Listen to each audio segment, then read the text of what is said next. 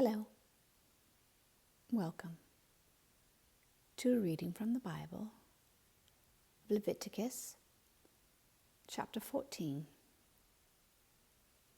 The Lord said to Moses, "These are the regulations for any diseased person at the time of their ceremonial cleansing when they are brought to the priest. The priest is to go outside the camp and examine them. If they have been healed of their defiling skin disease, the priest shall order that 2 live, clean birds and some cedar wood, scarlet yarn, and hyssop be brought for the person to be cleansed. Then the priest shall order that one of the birds be killed over fresh water in a clay pot.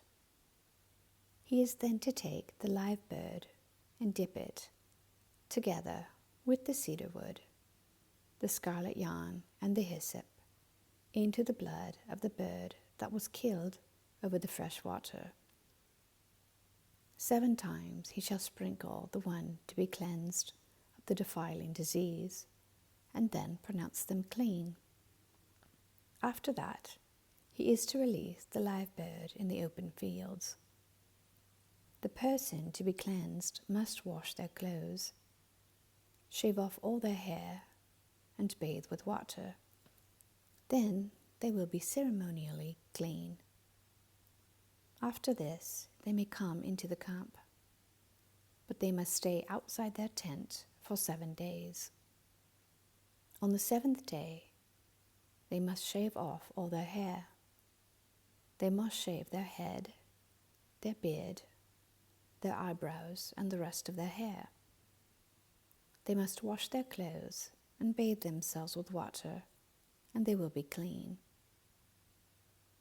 On the 8th day, they must bring 2 male lambs and 1 ewe lamb a year old, each without defect, along with 3/10 of an ephah of the finest flour, mixed with olive oil for a grain offering, and 1 log of oil. The priest who pronounces them clean shall present both the one to be cleansed and their offerings before the Lord at the entrance to the tent of meeting. Then the priest is to take 1 of the male lambs and offer it as a guilt offering, along with the log of oil. He shall wave them before the Lord as a wave offering. He is to slaughter the lamb in the sanctuary area where the sin offering and the burnt offering are slaughtered. Like the sin offering, the guilt offering belongs to the priest. It is most holy. The priest is to take some of the blood of the guilt offering and put it on the lobe of the right ear of the one to be cleansed, on the right thumb of their right hand, and on the big toe of their right foot. The priest shall then take some of the log of oil, pour it in the palm of his own left hand, dip his right forefinger into the oil in his palm, and with his finger sprinkle some of it before the Lord 7 times. The priest is to put some of the oil remaining in his palm on the lobe of the right ear of the one to be cleansed, on the thumb of the right hand, and on the big toe of the right foot, on top of the blood of the guilt offering. The rest of the oil in his palm the priest shall put on the head of the one to be cleansed, and make atonement for them before the Lord.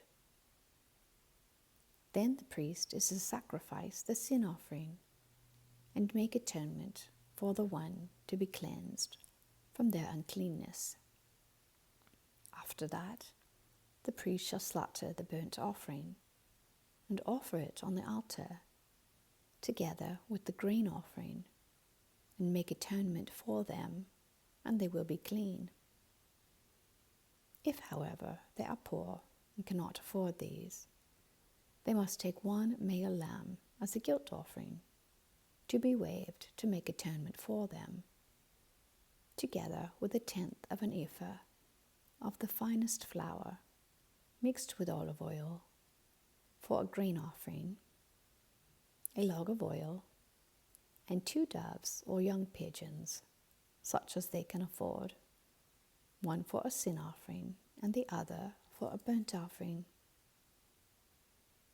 On the 8th day they must bring them for their cleansing to the priest at the entrance to the tent of meeting before the Lord.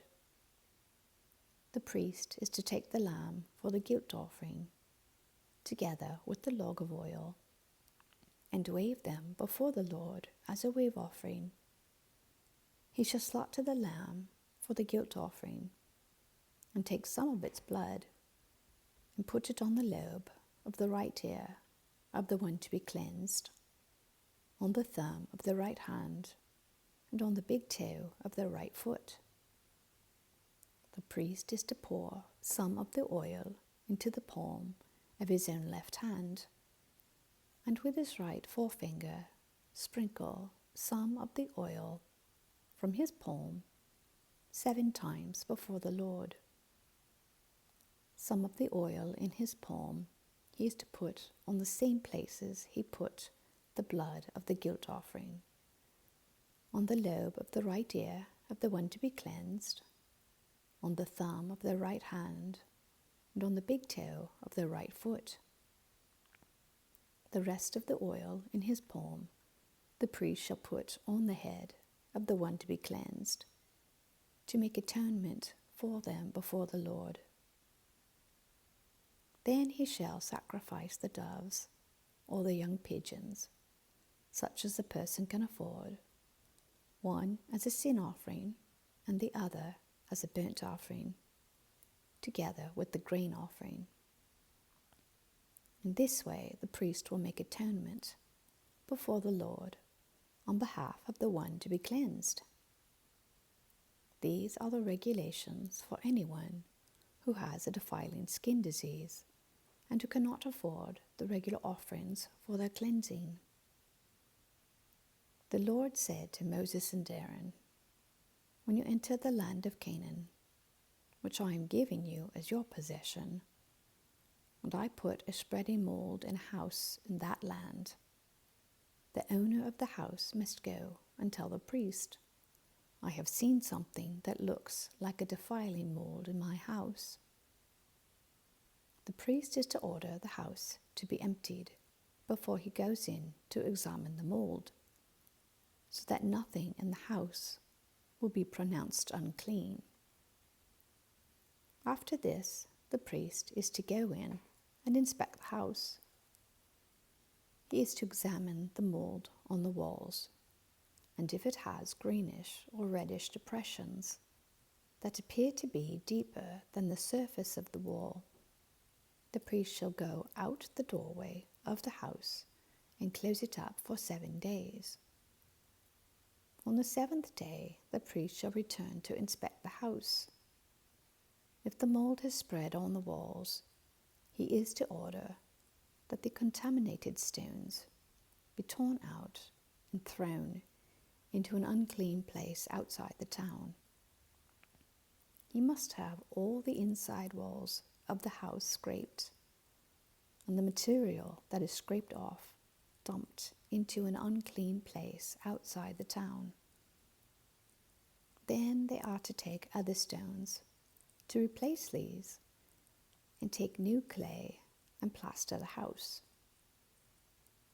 If the defiling mold reappears in the house after the stones have been torn out and the house scraped and plastered, the priest is to go and examine it. And if the mold has spread in the house, it is a persistent defiling mold. The house is unclean. It must be torn down, its stones, timbers, and all the plaster, and taken out of the town to an unclean place. Anyone who goes into the house while it is closed up will be unclean till evening. Anyone who sleeps or eats in the house must wash their clothes. But if the priest comes to examine it, and the mold has not spread after the house has been plastered, he shall pronounce the house clean, because the defiling mold is gone. To purify the house, he is to take 2 birds, and some cedar wood, scarlet yarn, and hyssop. He shall kill one of the birds over fresh water in a clay pot. Then he is to take the cedar wood, the hyssop, the scarlet yarn, and the live bird, dip them into the blood of the dead bird and the fresh water, and sprinkle the house 7 times. He shall purify the house with the bird's blood, the fresh water, the live bird, the cedar wood, the hyssop, and the scarlet yarn. Then he is to release the live bird in the open fields outside the town. In this way he will make atonement for the house, and it will be clean.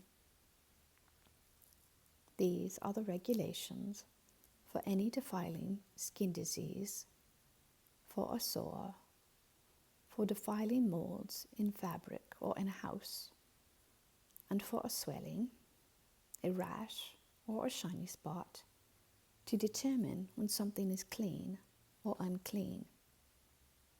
These are the regulations for defiling skin diseases and defiling molds. Amen. Thank you for listening.